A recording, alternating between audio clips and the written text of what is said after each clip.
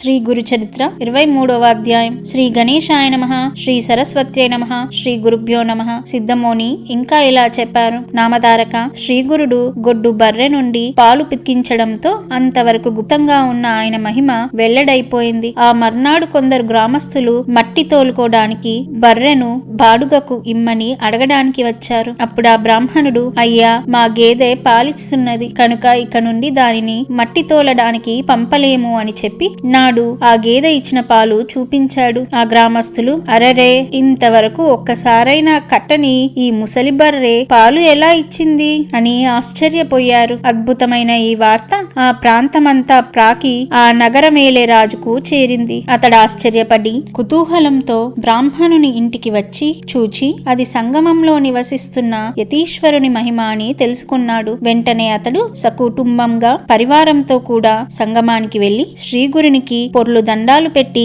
సాష్టాంగ నమస్కారం చేసి ఇలా స్తుతించాడు. జగద్గురు, మీకు జయము. మాయా మోహితుడైన నాకు త్రిమూర్తి స్వరూపులైన మీ అపార మహిమ తెలియలేదు. పరంజ్యోతి స్వరూప, నన్ను మీరే ఈ సంసారం నుండి ఉద్ధరించాలి. పామరుల దృష్టికి మానవునిలాగా కనిపించే మీరు విశ్వకర్తలు. శ్రీ నృసింహ సరస్వతి సంతోషంతో అతనిని ఆశీర్వదించి, రాజా, మేము తపస్సులము, అరణ్యంలో నివసించే సన్యాసులము. నీవు సకుటుంబంగా పరివారంతో మా దర్శనానికి వచ్చావేమి అన్నారు. రాజు సవినయంగా నమస్కరించి, ప్రభు, మీరు భక్తులను ఉద్ధరించడానికి అవతరించిన నారాయణులి. వాత్సల్యంతో వారి కోరికలను అనుగ్రహించి సంతోష పెట్టడమే మీ స్వభావము. అట్టి మీరు ఈ అడవిలో నివసించడం ఎందుకు? నా ప్రార్థనను మన్నించి మీరు గాంధర్వపురంలోనే నివసించండి. మీరు అనుష్ఠానం చేసుకోవడానికి మఠం నిర్మించి సమర్పించుకుంటాను. మీరు అక్కడ ఉండి మమ్మల్ని ఉద్ధరించండి, మా పట్టణాన్ని పావనం చెయ్యండి అని స్వామి పాదాలు పట్టుకున్నాడు. అప్పుడు స్వామి,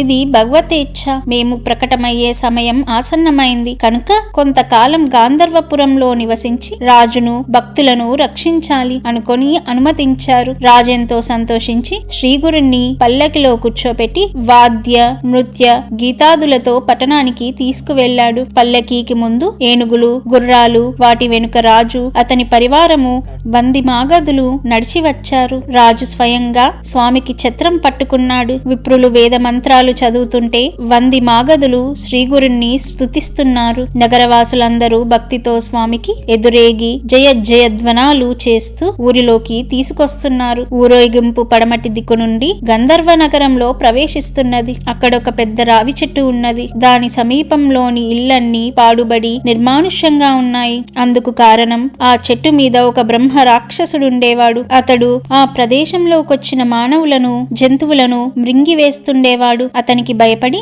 ఆ ప్రాంతంలోని వారందరూ తమ ఇండ్లు విడిచిపోయి ఆ పట్టణంలోనే వేరొక చోట నివసిస్తున్నారు. ఊరేగింపు ఆ చెట్టు దగ్గరకు రాగానే స్వామి తమ పల్లకి నుండే ఆ చెట్టుపైకి చూచారు. మిగిలిన ఎవ్వరికి కనిపించకపోయినా ఆ బ్రహ్మ రాక్షసుడు చెట్టు దిగి వచ్చి స్వామికి నమస్కరించి తనను ఉద్ధరించమని ప్రార్థించాడు. పరాత్పరుడు, కరుణామూర్తి అయిన శ్రీ నృసింహ సరస్వతి అతని తలపై తమ చేయి పెట్టి ఆశీర్వదించారు. తక్షణమే అతనికి మానవ ఆకారం వచ్చి అందరికీ కనిపించారు. స్వామి అతనితో, నాయనా, నీవు వెంటనే సంగమానికి వెళ్లి స్నానం చేయి, నీ పాపం నశించి ముక్తి పొందుతావు అని ఆదేశించారు. అతడు స్వామికి నమస్కరించి వెంటనే సంగమానికి వెళ్లి స్నానం చేసి ఆ శరీరం విడిచి పెట్టి ముక్తి పొందాడు. ఈ సన్నివేశం చూచిన పట్టణవాసులు శ్రీగురుడు సాక్షాత్తు పరమేశ్వరుడని తెలుసుకున్నారు. అప్పుడు శ్రీగురుడు, నాకు మఠమిక్కడే నిర్మించాలి అన్నారు. అప్పటికప్పుడే ఆ సమీపంలో ఉన్న ఒక పాడుబెట్టిన ఇల్లు శుభ్రం చేశారు. దానినే ఆ రోజు ఒక మఠంగా రూపొందించి స్వామికి సమర్పించారు. స్వామి అందులో ఉంటూ రోజు స్నానానికి, అనుష్ఠానానికి, సంగమానికి వెళ్లి వచ్చేవారు. నిత్యము రాజు ఆయనను దర్శించి పూజించేవాడు. శ్రీగురుడు సంగమానికి వెళ్లేటప్పుడు, మళ్లీ మఠానికి తిరిగి వచ్చేటప్పుడు ఆయనను పల్లకిలో కూర్చోపెట్టి